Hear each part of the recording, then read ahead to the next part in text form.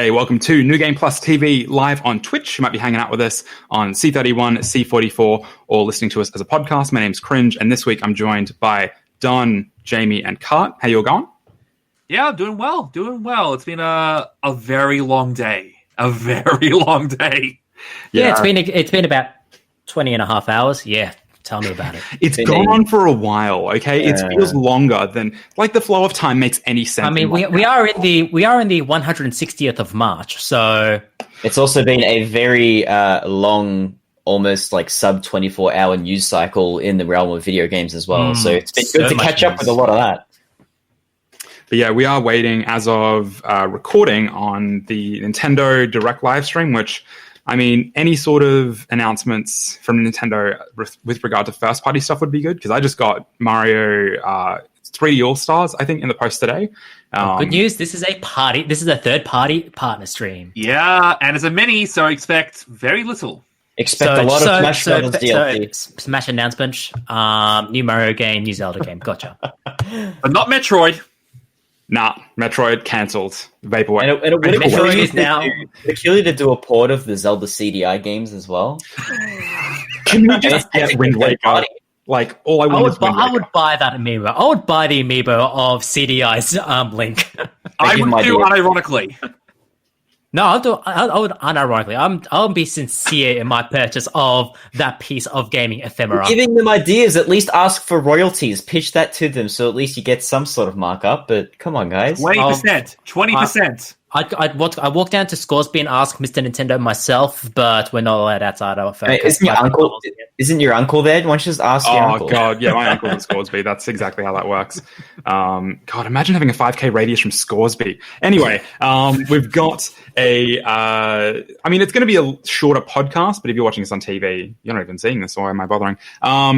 All three of you have been playing Project Cars 3, and from what I recall, Jamie is the most cynical about it, which is not really much of a... Wait, was that right? No, not at all. Flip it in reverse. Yes, okay. Right. Everyone else is the most cynical about it. I clearly was not paying attention before the show at all. Like I was trying to make sure everything works, because they're trying a new piece of software as well for recording, which you can blame Jason for, but it's working surprisingly well so far. But yeah, so I mean, Don and Kart, you were originally going to be playing it, but now all three of you are. So yeah, we are number 2 in the Project Cars 1, 2, 3. Well, look, let's just say we are the collection of the Speedy Boys. So we're going to be talking about racing. We need to come up with a better name than Speedy Boys. Red Suns, Night Kids, that Team works. Emperor. Let's go with Team Emperor. Okay, that works. We've also got Meg's interview with, I think, Alex Blaikie was his name. He is a part of ESL Australia. He has sought refuge in WA at the moment, and our thoughts and prayers are with him. But yeah, that is coming up later on in the show. But first, we've got the big news of the week, and by like multiple news stories, I mean just one news story, because really there's just one news story that kind of made the headlines this week. PlayStation had an announcement stream where they ran down the release date, the price of both the disc and discless version of the console. The PS5 disc-based one will be $749 in Australia, and the discless will be $599. It's releasing on November 12th, and as of recording, it looks like pretty much all of those pre-orders for launch day have already been sold out. Yeah. With that announcement, we also got trailers for Final Fantasy 16, which looks like a weird mix of Final Fantasy 14 and 15, actually. We'll get into that in a sec. God of War Ragnarok, which is looks to be a direct sequel to the God of War reboot that took place, that was released a few years ago. We also got Hogwarts Legacy, the PlayStation Plus collection, Spider-Man, Miles Morales, and Devil May Cry 5 Special Edition. There are a lot of announcements that were part of this live stream.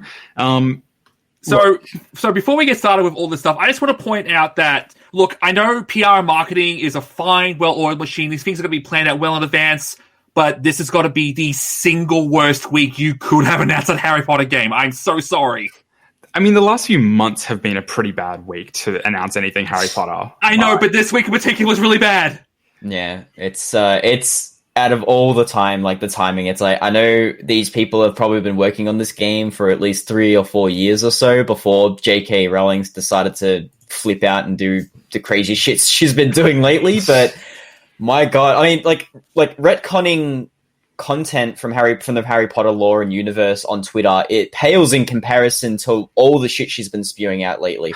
And yeah, you gotta hand it to the guys, like the developers for Hogwarts Legacy. It's like, hopefully people are smart enough to look beyond the bullshit that the author's doing and just focus on the game's merits, because it actually kind of looks pretty cool. No, yeah, like in a universe where J.K. Rowling isn't the worst, like this game looks really interesting in that it is basically a Harry Potterized version of Bully, which like this isn't the closest we're going to get to an actual sequel to Bully. So dude.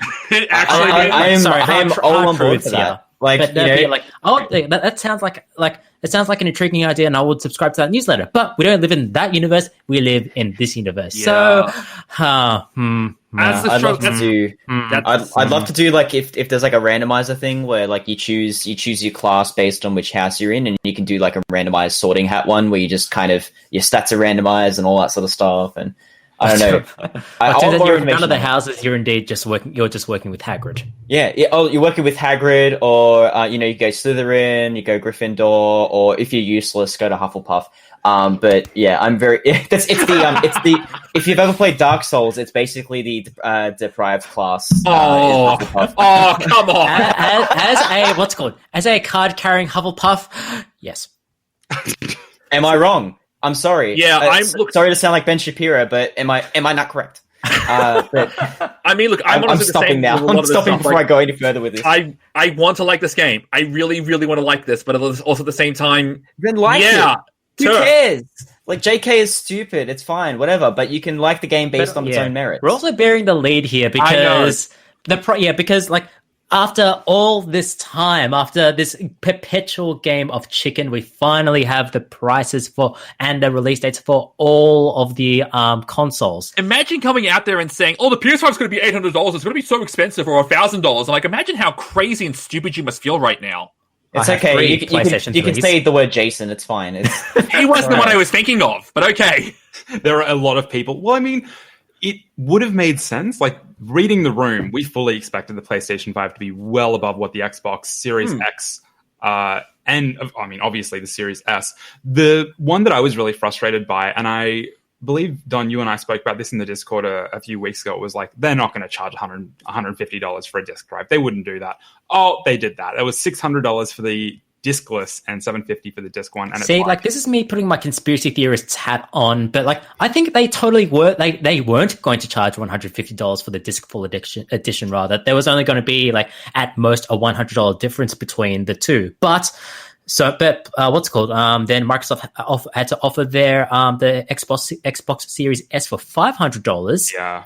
So, and like to be $150 more expensive than the competitor, it just doesn't make any, like, you're basically shooting yourself in the foot. So I like, as much as Sony has said, I believe that the prices that were long decided, I do think there's a little bit of reacting going on here. Have to be. And besides, let's face it, in the long run, I'm surprised Sony isn't taking an even bigger bath than the all digital edition, because any losses they make on the console side, and let's face it, console makers have always traditionally made a loss on the box itself, they would more than make up for it in the digital sales in the PlayStation Network store, because, well, they get all the profit margin there. Absolutely. And I think they tried to get away with as much as they could as well. I mean, granted, we all think that, roughly how much is it for a Blu-ray drive nowadays? Very different to that of during the PS3 and PS4 era. But I think a lot of people also haven't realized that the disc drive that they're using is Ultra HD. So that allows for, for bigger blow-ups of 8K media once it becomes available. On the other hand, this is all proprietary hardware and stuff like that Sony has. I mean, this isn't the first time that they've done this. When they're touting about all about the proprietary stuff that they're using, hardware and things like that. you only have to go and look back into history with the PSP, the PS Vita, with all their memory stick stuff. Even if it's all done in-house, like nothing's stopping them from charging $200 for a fucking memory card. So yeah, I do not look forward to seeing how much it's going to cost for storage on this thing, because actually that's not too bad, because you can put in you can use your own M2 SSDs. But isn't that also specific M2 drives, or is it ones that meet a specific spec that that have a transfer rate of, I believe it's 5.5 gigabytes per second, which is a lot of gigabytes per second. By the time that you do need it, though, I think the prices will go down. Yeah. You find that storage in that regard, as long as it's not a proprietary kind of type of speed or makeup, you'll find that probably by the time you do need to usher in an external hard drive, about a year or two from now, it's probably going to get to a point where it's like, you know what, it's actually relatively nicely priced. Just in the same way, like SATA SSDs were, where you could just take out the factory one and then pop in like a 2 terabyte one. It'll go down in price very quickly, a lot quicker than most people think. Let's hope so, because I don't know. I think if I don't know how much storage is actually in the PS5, there's a big old fact somewhere that actually explains it. So 825 gig or something. Almost 1 terabyte minus the 150 gigs worth of storage and etc.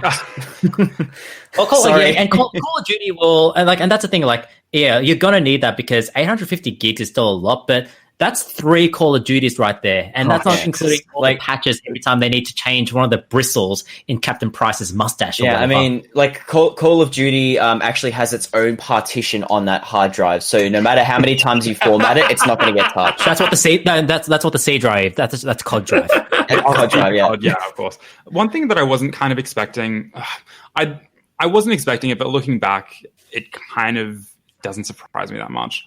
People responded really well to the PS5 announcement. They were like, I gotta make sure I pre-order a PS5 right now. Yeah. What How bad was it? Like, there's a few, like, Final Fantasy 16, we don't have a release date for, it's not launch day. No. Pretty much all of the big ones, like God of War Ragnarok, Hogwarts Legacy, I don't believe is either. Like, that's 2021. It's next year. Like, the big games that they've announced is like, oh, wow, PS5 has got some good games. Yeah, but none of them are coming out at the end of this year. But pre-orders start out like that. And the new Call of Duty is probably going to be released on time for the PS4. So obviously the mainstream is probably going to be looking forward to, I've got to play COD on the new machine. Same thing with COD Ghosts. Like the sales between the Xbox 360 and the Xbox One versions were very different. I think the big one for a lot of core players, and I've got a bit of a dog in this fight, but I was right when I said that don't be too surprised if Demon's Souls is a launch title, because it had, like, the leaked box art came out. It seemed very final. A lot of the content that they did show with all the screenshots and stuff generally implies that they're very confident with the final product. And I think that's the big one for a lot of core gamers at the moment. Now, full disclosure, I've put down a pre-order for a PS5 at the moment. I was lucky enough to get one.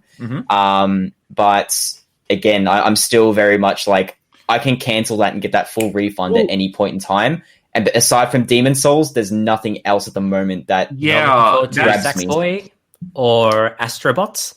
Well, that's coming with the console. Or Spider-Man Miles Morales, although that is also coming out on PlayStation 4. Maybe Astrobot's the one that's like taking up like 200 gig of well, that's the pre-install. Yeah, I mean, that's kind of the same thing with me too. Yeah. It's just that I don't know where I'm sitting with this console at the moment. It's like, I want to get a PS5 at some point. Like, I'm going to have to for show reasons, if anything. But yeah, and I think that's fine too. I think that's fine. I mean, all the weird kind of cross the kind of whispers about how all the showcase trailers that were shown on the stream had stuff like also available on PC, or, generally the implication there is that it's a timed exclusive, meaning that these games will hopefully come out on other platforms, because as you can see, Sony lately have been dabbling in the whole kind of, let's throw this out on PC and see how well it performs. I mean, there's no reason why Final Fantasy 16 won't come to PC over consoles. There's no way.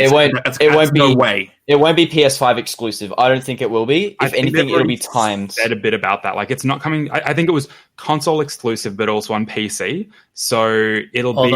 Although Square Enix then quickly stepped back by saying, "We have not announced any versions other than the PlayStation 5 version." Come on, what game these days? It's not published by a first party is a console exclusive. That game is coming to PC or coming anything else at some point. Like, as much as we've made a lot of progress towards like getting a lot more of the Wii games on PC same day as they would release on something like a PS4, which in your case, Matt, I can see why you would go for a PS5 because you're in for the long haul, you're in for the Wii games, and you're going to get all of that on PS5. I'll get my money's worth. Guaranteed I will. And sometimes it's great to see how many Japanese developers have embraced PC as a platform.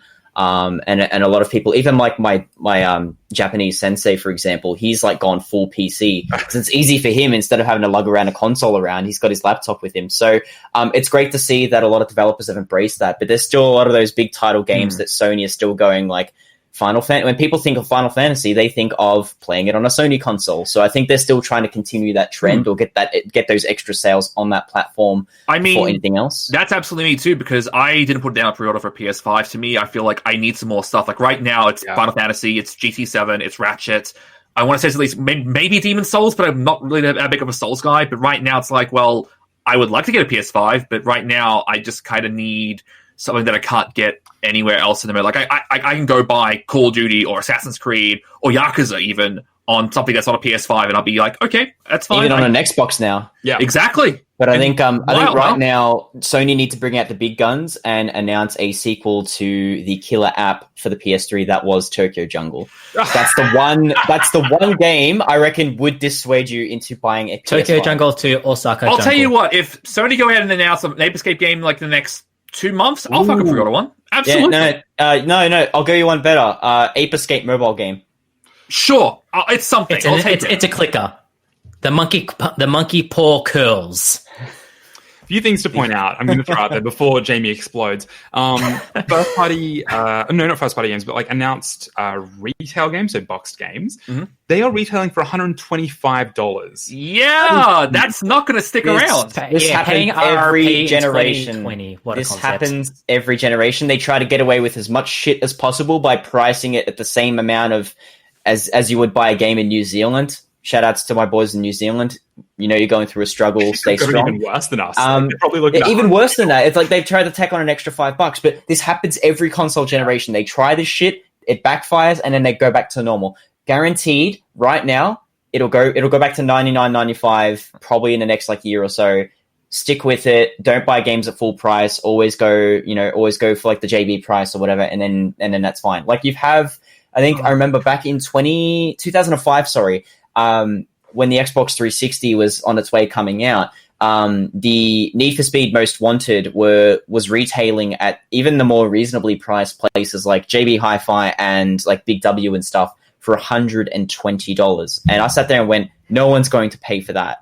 Lo and behold, that backfired. People were still buying like the PlayStation 2 versions because it was like, $20, $30 cheaper, and the rest is history. So it'll come to pass. Don't feel that this is like gloom and doom and despair. Like they're just trying to get away with as much as they can, and they'll soon realize that they won't. I mean, I expect to pay $125 if I'm importing something, and it's happened before. Like I don't want to walk into like a JB Hi-Fi and like, oh, by the way, it's like $125 for like something I can buy locally. Like, no, like I expect to pay $125 if I'm importing like a Demon Souls or something. Not this. By the way, if JB Hi-Fi wants to consider sponsoring us, then give us a call. It is other retailers. We probably should point out for C31 or C44 watching like the EB price is the EB price. It's usually because we're a games retailer, it's going to be a little bit more. Pretty much because they don't have the it's just how big box retailer works. Like they don't have anything else to loss. They don't have like they can't use games as the loss leader to then sell you like say ovens and white goods or anything with a ridiculously high profit margin, as opposed to EB where they've been leaning much more into the paraphernalia and pop vinyls business, but still no, they can't afford to take that hit on.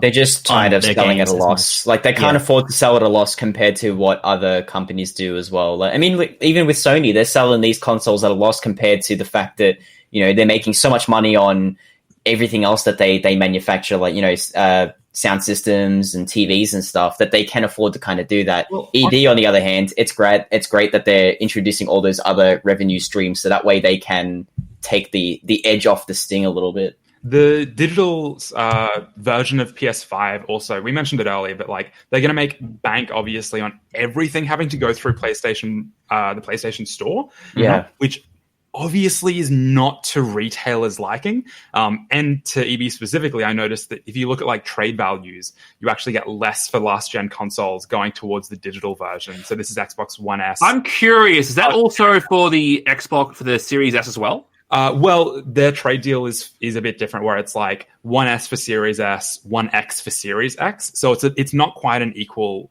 sort of trade-off there. Right. With PlayStation, you trade a PS4 Slim, it'll get you less money going towards a digital version than it will towards a disc-based version, because it's in their best interest to try and push people towards physical media.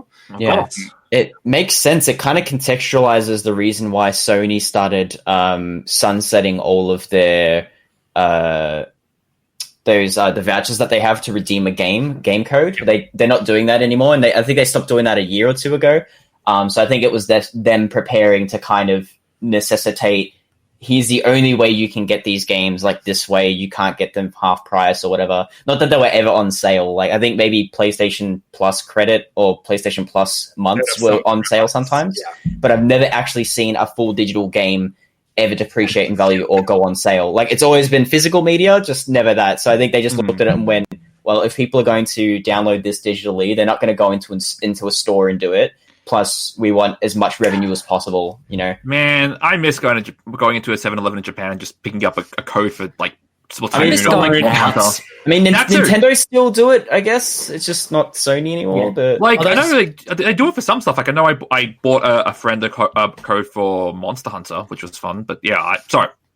Although speaking of PlayStation Plus, though, like one of the things that came out was that they're like PlayStation Plus subscribers will get a collection of basically of some of the best of PS4 games to work on PS5 and possibly with the enhanced functionality that PlayStation 5 which offers. I don't hate. I don't hate that idea. Like, it's a good way to say, look, hey, here's some games that you may not have played before. You know, you're a Plus subscriber, possibly give them a shot. Although if you do have if you're in the PlayStation business, like odds are you probably would have played quite a few of those games. I'm just pulling up a list now. So we're talking about games like God of War, The Last of Us 1, not Last of Us 2, because what's it called? Uncharted 4, Battlefield 1, Monster Hunter World, Final Fantasy 15, The Last Guardian, Infamous Second Son, Days Gone. Sorry, let's disregard Days Gone. Together, Batman Arkham Knight, Mortal Kombat, and Persona 5, Until Dawn. Sorry, which Mortal Kombat was that? Others. X. Right, cool. Yeah. So there's a decent list of games that mind you still have to be subscribed to PlayStation Plus in order to get access to that library. Like I think Jason said it best when it's kind of like a poor man's Game Pass. Oh, absolutely. You don't get the day and date stuff, but you still get like something resembling a decent library. And like aside from Days Gone, there are some that's a pretty decent stacked library there. Not awful. Like I would say, hey, there's maybe some avenue put in some other stuff. Like say I would put GT Sport on there, but that's just me. But yeah, I don't know. Like I don't hate that idea. Like I love the idea of a highly curated library. It's like, oh, this is some really cool shit you never played, you might not have played before. But hey, here you go. Free. Also Days Gone. So that game does some interesting stuff, but that's off topic. It does interesting stuff in 2008 when zombies were still relevant. We'll talk afterwards. Oh God, I feel he's just not mad. He's disappointed. He's not angry. I'm not upset. I'm just disappointed. Welcome to New Game Plus. Is there anything else around the PS5 announcements that we haven't discussed yet? I mean, the Sony, the PlayStation Plus collection is just like.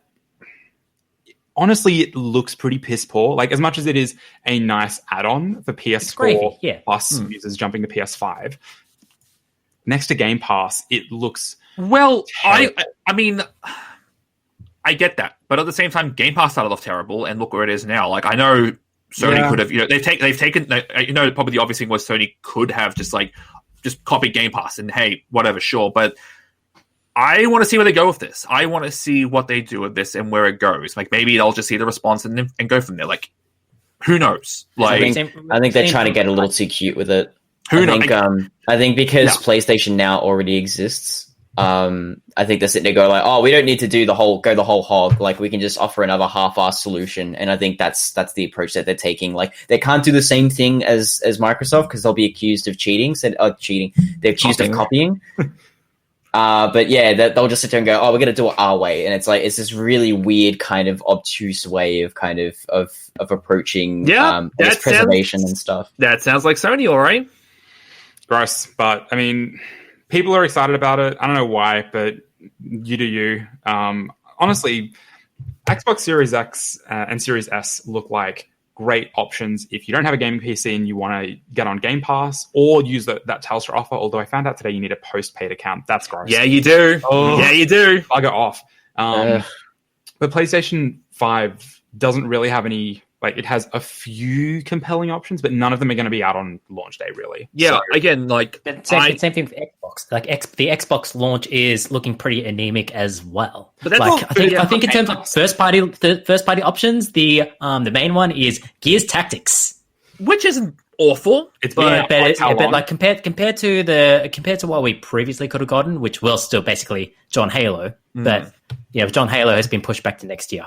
I don't know. Like, I'm kind of more leaning towards buying an Xbox anyway, if only because I have a launch model Xbox One. So I'm like, you know what? I feel like it's at least time to upgrade that, so I can at least take advantage. I've got a 4K television, so what the fuck? I might as well take advantage of that, right?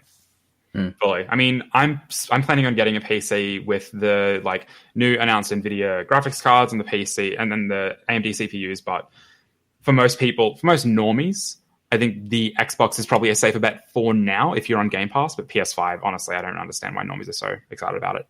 Anyway, I think it's a good compromise. If you're not getting a PC, like this is the perfect time to upgrade. But I think a lot of people who are questioning it are the people who don't need to get involved or invest in that. When it's like, if you've got a good PC, it's fine. Like, this console launch isn't conventional and it's probably not targeted towards you. So whatever, man. Whatever. I'll just be here playing on my Switch. At least Microsoft is giving you that choice. If you've got a PC, buy it on the Microsoft Store, buy it on Steam. We don't care. As long as you're playing it, that's fine. As long as you're giving them the however many dollars a month of Game Pass, Microsoft is happy. Or just do the gold to Game Pass conversion thing. Anyway, that is the PlayStation news. We are going to go now into, or if you're watching us on TV, stick around. We've got Meg's interview coming up in just a sec. But if you're watching us on Twitch or listening to us as a podcast, I'm going to play it right now for you because, treat yourself. So here's that interview. Hey guys, it's Megs here on New Game Plus with another interview series about what people in the local Australian video games industry are doing on a massive scale to make a huge difference within the scene in Australia on a local level. And with me today, I have Alex Blaikie. He is a PR and social media manager for ESL Australia, which is exciting because it's the world's largest esports organization, as a lot of you out there would definitely know if you're big fans of esports and gaming, as we all are. But essentially, ESL hosts tournaments throughout Australia and New Zealand for major publishers like Blizzard, Nintendo, Riot, Valve, Microsoft, and many more. And I'm really excited to pick Alex's brain about how he got to where he is today, and I guess what ESL Australia are doing during these crazy times in COVID. So welcome to the show, Alex. Thanks so much for your time. Thank you, Megs. Great to be on here, of course. And hopefully I can, share a little bit about esports and esports in Australia that people may not know. Where did your love of gaming begin, Alex? I mean, you're based in WA. You've been to the old RF lands, the classic lands back in the day. And a word on the street is you're a big league player. Oh, back in the day, let me tell you, Megs, I was the second best AD carry in WA when I played professionally. No, it has been a while. I used to play a league. That's kind of how I got into esports, right? Yeah, right. Just got a few mates together from essentially just the league forums, and we decided to form a team. We started to go down to RF land, which, like you said, massive land here in WA, over 500 people, just such a big event here, and just started competing in RF land and then some online tournaments, and effectively got into esports that way. And since then, I've been getting into game development after that, and more different kind of areas in the esports field. So that's basically where it all started. I love that. So did you study game dev at uni or anything like that? And is that where it sort of stemmed from, your passion for playing the games? I did study computer science for a little bit at university, but then I made the perhaps questionable decision to drop that and then just make a game and start a full-time solo game dev studio. So that was a big decision for me, but it ended up working out pretty well in the end. Actually developed the first Battle Royale game on Steam. And all right, let's name drop it. What's the name of the Battle Royale game? Let's do it. It is. Okay, it's down to one. Yep. 42 players, only one will survive. So definitely check it out if you want a Battle Royale game that may not have too many players. Yeah, there's a T's and C's. Maybe there won't be too many people on that server anymore. But do you reckon that like solo studio kind of set you up for like the skills you needed today at ESL Australia? Like, I mean, obviously there's a couple of steps in between we're skipping over, but what were the skills you learned at doing game dev that took you here? Yeah, I mean, you honestly learn so much releasing your own game on Steam or Google Play or wherever you decide to release it. It is just such a big journey because a lot of people think, being a game dev is just purely about, or being a solo game dev is just about, writing code and maybe making some models. But what you actually learn is that you will spend like over half of your time just with the admin stuff, just, when it comes to launch, putting together assets for trailers, writing press releases, setting store prices, all this stuff that it's certainly not something that is front of mind when you go into it. But thankfully, when I did that, I managed to pick up all of that and, it went fairly well to launch. And I've kind of carried a lot of those skills through to my job today in ESL and still, utilize a lot of that kind of knowledge that I built up when just releasing my game and doing most of the stuff. Myself here in my room. That's the best. And so what do you do at ESL Australia on a day-to-day level? I mean, it sounds like from what we've been chatting about offline is that you're a massive jack of all trades. So using all the skills you've learned about all those different things from indie game dev, how does that translate now? Yeah, well, I am mainly involved. I try and be mainly involved when I can, just around the PR and social media kind of aspect of our business here in Australia. So, cool. That involves writing a lot of press releases, making lots of social media assets and copy, that sort of thing, scheduling it in for all channels. And when we have a big event like IEM or MEO or something, that's where I get to be really creative and step into the marketing side as well. Yeah. And maybe come up with trailers or, contact VoiceOver Pete to, get him to make a funny trailer for us, something like that. VoiceOver Pete. Oh, exactly. VoiceOver Pete. He did so well. He was our biggest performing post last year. And, he cost $100 to do the voiceover, which was just great. What a bargain. Yeah. Exactly. And, with the IEM crowd, honestly, that's where I think my job is probably the most fun because we get to really have some fun and have some banter with the Counter-Strike community here, last year we put a giant picture of Dick Stacey on a bus, the longest bus we could find. Yeah, a few people loved that. Reddit noticed at least. So, man, Reddit get around it, don't they? For sure. Now, Alex, you sound like you have a bit of a voiceover voice as well. What does that even mean? I don't even know. But have you done? Surely you've done some yourself. I have done a little bit myself now that you bring it up, actually, Meg. So not a great deal, but for our Marvel Super War program that we've recently launched, I've ended up doing the voiceover for our hero spotlights. Oh, but, cool. Yeah, that's been pretty cool, kind of, telling everyone how to play Hulk. But before that, I guess where it stems from is that I used to commentate, and that's how I started at ESL. Before I was doing PR and social media, I actually... one night, Nick Vanzetti, my now boss or now head of ESL Asia Pacific Japan, just hit me up on Skype, and Nick was like, "Hey Alex, you want to come to Sydney, work for ESL and as a World of Tanks commentator?" Nice. Like, sure, Nick, why not?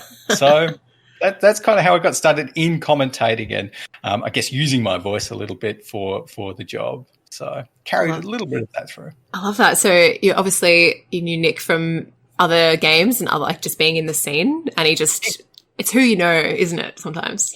It definitely is who you know. I think, Nick I knew from him having run ACL events. He invited me to one ACL event to kind of help out with one of those. Yeah. And, I didn't know him super well, but he was very well connected in the scene. And lots of those people who used to be at the ACL events are actually full-time staff at ESL today. So at the end of the day, the esports scene, I guess, in Australia, it's quite small. Everyone does know everyone. Where do you see yourself heading, Alex? And where can people follow your progress, like in your career and beyond? Yeah, well, where I see myself heading, I think that's something which, honestly, the whole working in esports, it's such a fast-paced industry that I honestly rarely have time to think too many years ahead about where I'm going to be. I totally understand that. Definitely. It was a loaded question as well. I'm sorry about that. No, absolutely. But I should, Yeah. I think it'd be really cool if I could go overseas. I would love to do, help out with our global team's PR department or marketing department for a global event. Whenever they may start occurring again in the future. It'd be great to head over and see IEM Katowice or ESL One Cologne, one of our events like that, and maybe work overseas for a little bit if I had to, pick a goal within esports. Yeah, that's it. Yeah, for now, definitely stuck within Australia, within WA, in fact. But not complaining about that. Oh, traveling just feels so out of the league now. Like, it's so unattainable, and like, who even knows when that's going to be safe again? But I think, a plan like that in the future is definitely a really great way to set your sights and to push yourself to get to that next level. But it sounds like ESL Australia has already gotten you there, and you've got 1,000 things to work on that will help you upskill in all the incredible different little cohorts that esports delivers. So thank you for letting me pick your brain, Alex, and sharing the knowledge of what it's like working within ESL Australia and what you're working on currently with Marvel's Super War. So thank you incredibly, and all the best. All the best, Megs. Thank you very much. It's been a fun little interview. Cheers.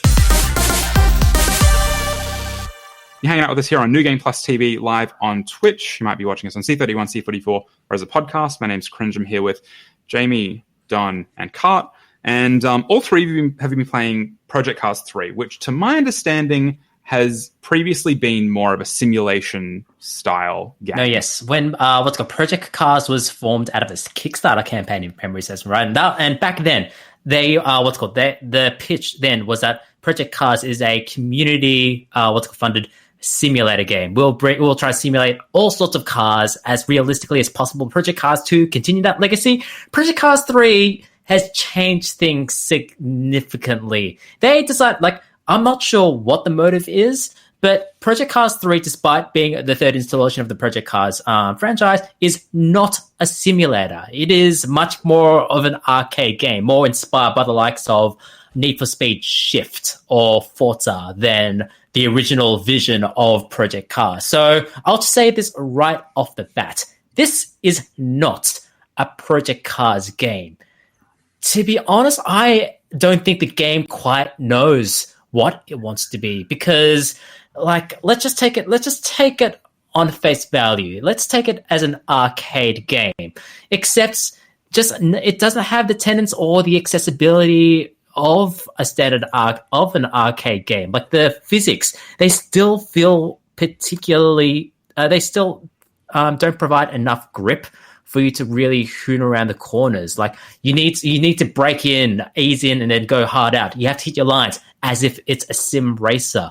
And then there's the presentation, which is sterile, like a Forza Motorsport or a Gran Turismo. That doesn't have the pizzazz of a Grid or a Dirt or any of the other Codemasters games, really. Not to mention, it's kind of really punishing for an aspiring a casual arcade racer as well. Like, there is one particular mode called Pace Sitter, where you're supposed to do 3 laps of a particular circuit, and try and beat the average time. However, if you slip up once, it invalidates your entire progress. So say you're doing a 2.5 minute lap around one of the courses. You're doing well, you're doing fine.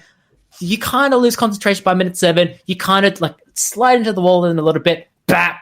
And lap invalidated. Your entire progress is in the bin. Sorry, try again. Yeah, that I'll interrupt very quickly to say that is probably being I don't when I restart racing games, it's always because, I missed a corner, or, I got rammed off the track or something. The amount of times I've had to restart an entire race because, you just went off the track your lap's invalidated.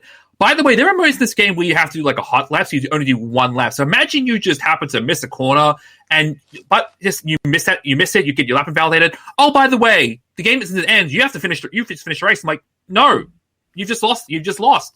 Why continue? Why bother racing at that point? It's like, for the joy of racing and for the experience. A lot of those additions that they've retained from like the first and second game of like, your lap invalidating if you go off the road, cut a corner, or slam into a wall, for example. Like, instead of giving you a time penalty for it, it'll just straight up invalidate the lap. And again, it's really bad as well because the way the career progression works, which has been overhauled completely and mostly for the worse, is that every single race that you're in, you're not doing the usual race weekend rigmarole of doing your practice, your qualifying, and your race heats. But instead, you're running through like heats of 2 laps where you start right at the end and you have to go through this clown car procedure of passing like this massive cluster of like 16 cars at once, where a lot of the issue isn't like, there's no way you can take the racing line properly. There's no way you can duel against the person in front of you or behind you, like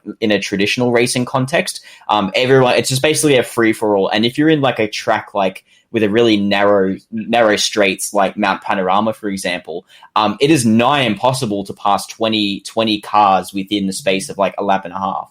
It's just weird. It just feels like kind of, here's the Forza style progression. But we're going to retain a lot of the stuff from the second and the first game that definitely is a lot friendlier from a sim perspective. And yeah, it just doesn't feel like it gels as well as it should with some of the other games, or at least some of the other contemporaries, like Gran Turismo, for example. Yeah, like like Gran Turismo has a very specific vision of what it wants to be. Forza has forged its path, and even splintered off where it needs to with Forza Horizon. This game, it does not know what it wants to be. Like, it's still like, it wants to be Need for Speed Shift, but it can't get rid of its sim roots as much as it wants to. I think like there's kind of like one very specific example that I tripped on, which kind of paints this best, is the game's idea of trying to teach you the racing line. It does not have a racing line as is conventional, like the Forza series, or even Gran Turismo, or even the other Codemasters games like Grid or F1 2020. Instead, the game gives you, on the default UI anyway, it gives you 3 points for you to try and hit in a corner: the braking point, the apex, and the exit of the corner. Except this is a gross simplification of how to take a corner. Like, even for a corner where you're supposed to maybe just lift for like a half second before going back into the corner, it just gives you a raw dog brake button. And even then, the placement of these points, particularly of the braking point, is wildly inaccurate. It's usually like too conservative, so that by the time you actually get to the apex, you're like half to a third of the speed that you want to be. Yet despite that, as long as you hit those 3 points, you get a perfect corner indication, and are rewarded with a PPM massive experience as well. Yeah, that's one of the major things I wanted to bring up as well, was with the breaking point system, kudos for them for trying to simplify it, but there are far better ways of trying to simplify that, in the sense that they basically give you a bunch of floating PNGs that just show you where you need to be when you enter a corner, where you brake, and where you exit a corner. But it doesn't factor into the account of, what the suggested gear should be, like in Gran Turismo, for example. And it seems a bit too universal across the board. So you can have certain corners in Bathurst. Like, for example, Sector 2 in Bathurst is like where all the action happens, and you're constantly braking and accelerating. And a lot of the corners aren't particularly as conventional as you'd think, like a hairpin, for example. But the way that they're set up, like, it depends on the track as well. I found that some of the racing points in Bathurst and Nordschleife, for example, to be absolutely horrible, to the point where I just switched off all assists because it actually made me a worse driver than than if I just had them switched off completely. Compared to other games like F1 2020, for example, the racing lines and points and like assists are actually really good and helpful in that. And the visual design is a lot better too. But that was actually another thing I wanted to bring up as well, is that I cannot for the life of me wrap my head around the user interface. It's very garish and like garish at best, but like it's really annoying and distracting in menus, as well as your racing. In racing, you got to make sure that, your peripheral is as kind of empty as possible. Like you've got your laps, your splits, your speed, your gears. Roughly that's about all you need, or maybe your lap or whatever, and that. But a lot of that is attributed to the audio design as well. Like your race chief back at the pit box will tell you what place you're in regularly and tell you what you're doing right and what you're doing wrong, which I still think is good. They really should have leaned more into that. But instead, you're greeted with just orange everywhere in your peripheral vision while you're sitting there going like 300 kilometers an hour on like a straight in like Hockenheim. And you've got like all these meters of like, here's how much XP you got for going over 250 kilometers or passing a person. I'm like, why do I need to know this information while I'm racing? Like, yeah, it's just the heads-up display. You can toggle some stuff off, which is great, but there are some sectors that you do switch off, which actually has important information.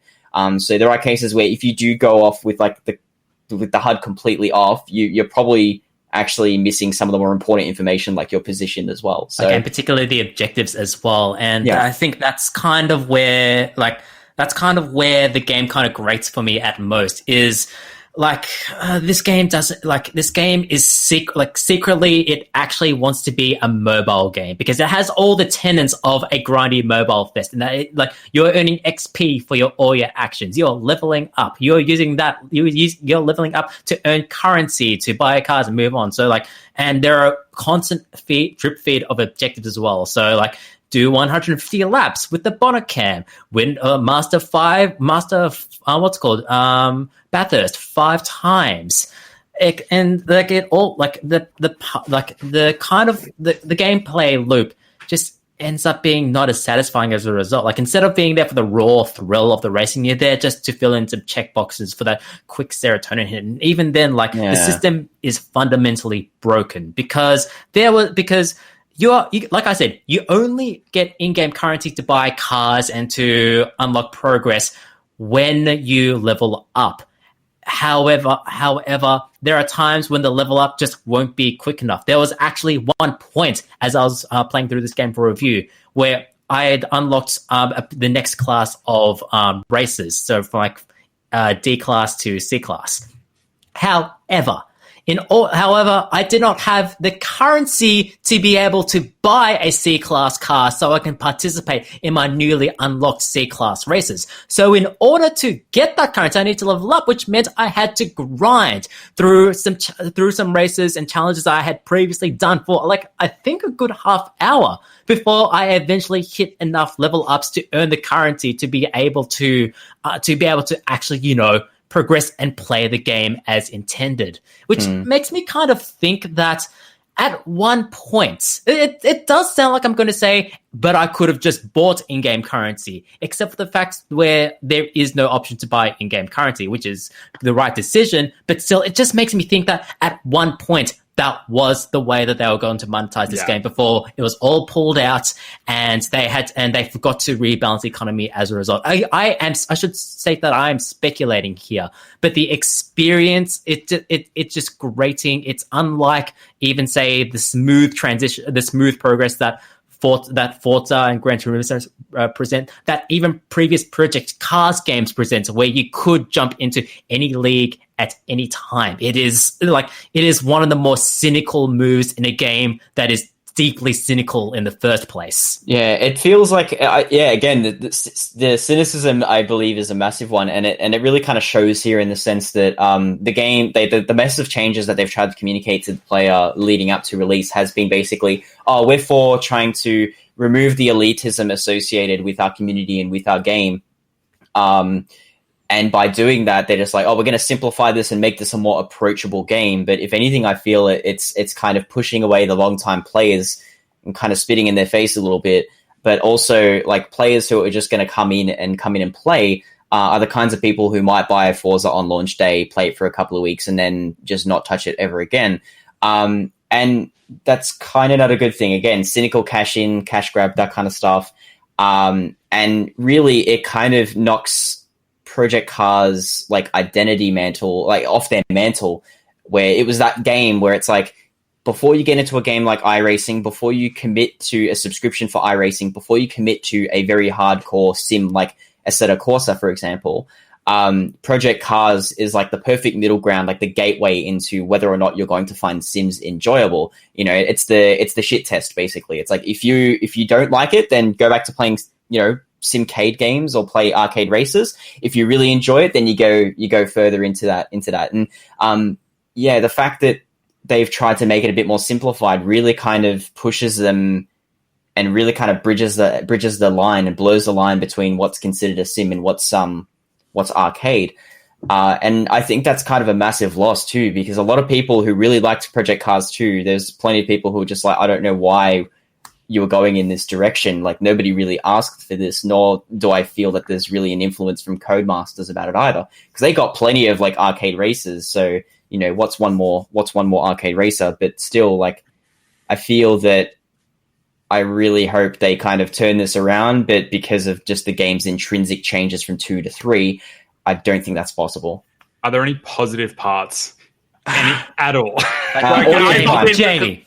Can I pop in? Thank you. Yeah. So I feel like I'm like one of the few people, I'm the only person on this panel who's played the game and actually doesn't really hate it, so to speak. Like, I think my problem is that I've never really been super big into Project Cars. Like, I appreciate the idea about it. I think they're really cool games for what they are, but for whatever reason, I never clicked with me the same way that other racing games did. So I guess I appreciate in some ways that, look, there is an attempt to at least make this more accessible. There is an attempt to at least try to welcome more people into the notion of their racing games. And I feel like there's some good ideas in here. Like, in theory, I like the idea of track acclimatization. Like, I love, like, the cornering system in theory is a really good idea. Like, I love the idea that there is a system where, you know, it ranks you for how well you took a quarter. I think that's a really cool idea. And I'm pretty sure Don and Matt, you would agree with me. In theory, it's a good idea, correct?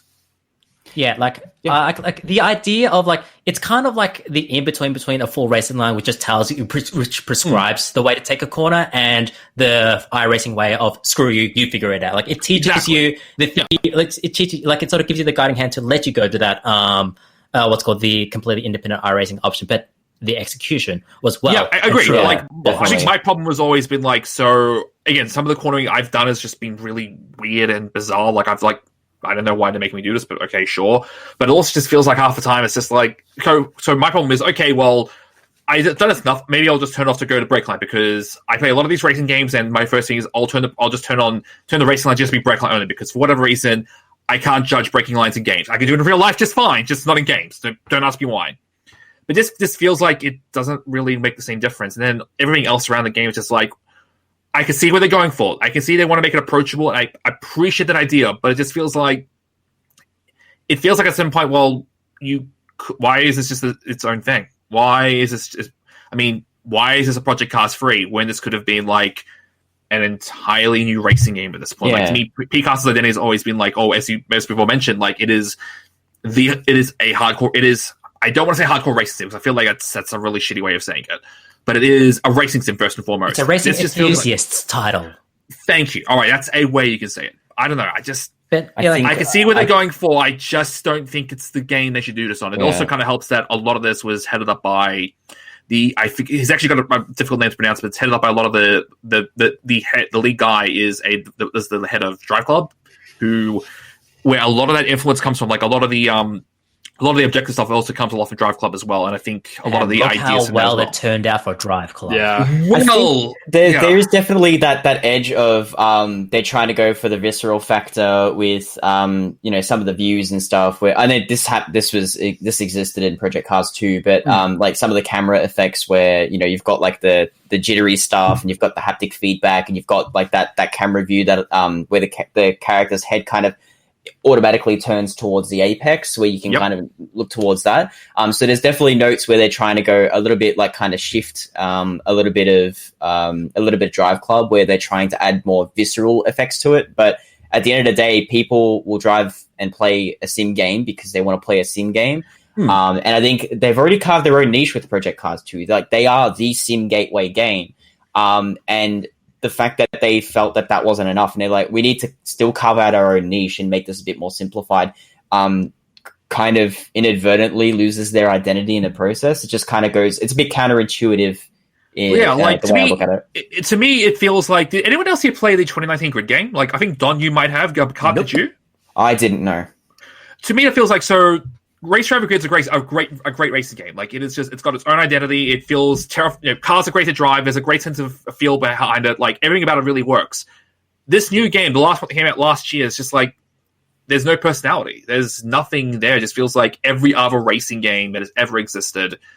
Like, it's just, it doesn't do anything interesting. This just feels like, in some ways, it's kind of like, it just feels like they've stripped all the identity out of this, and that's kind of what I feel like a lot of, even though they've done a lot of what PCARs have done. I get the approach, and I appreciate the fact they're trying to be approachable, but it just feels like every other racing game on the market now, and that's a worrying thing. I kind of want to go back to, like, is the way that the game feels like. Yeah, those games felt good because the sheer act of driving felt great. It's like, even though like Grid admittedly had a fairly sterile career progression, it was just fun just to race around the circuits.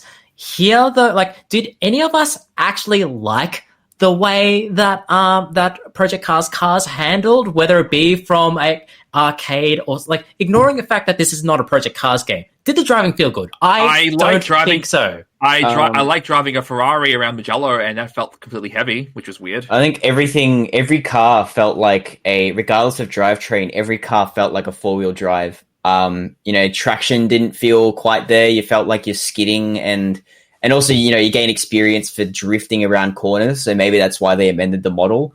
But it's like, yeah, I looked at it and I was like, yeah, I mean, the only thing that kind of feels different is maybe the open wheeled races, but you kind of have to make them feel different compared to cars. There's a distinct, like, a slight difference in the way that the Formula E cars handled. Also, there are Formula E cars in this game. Shout out to Formula E. But other than that,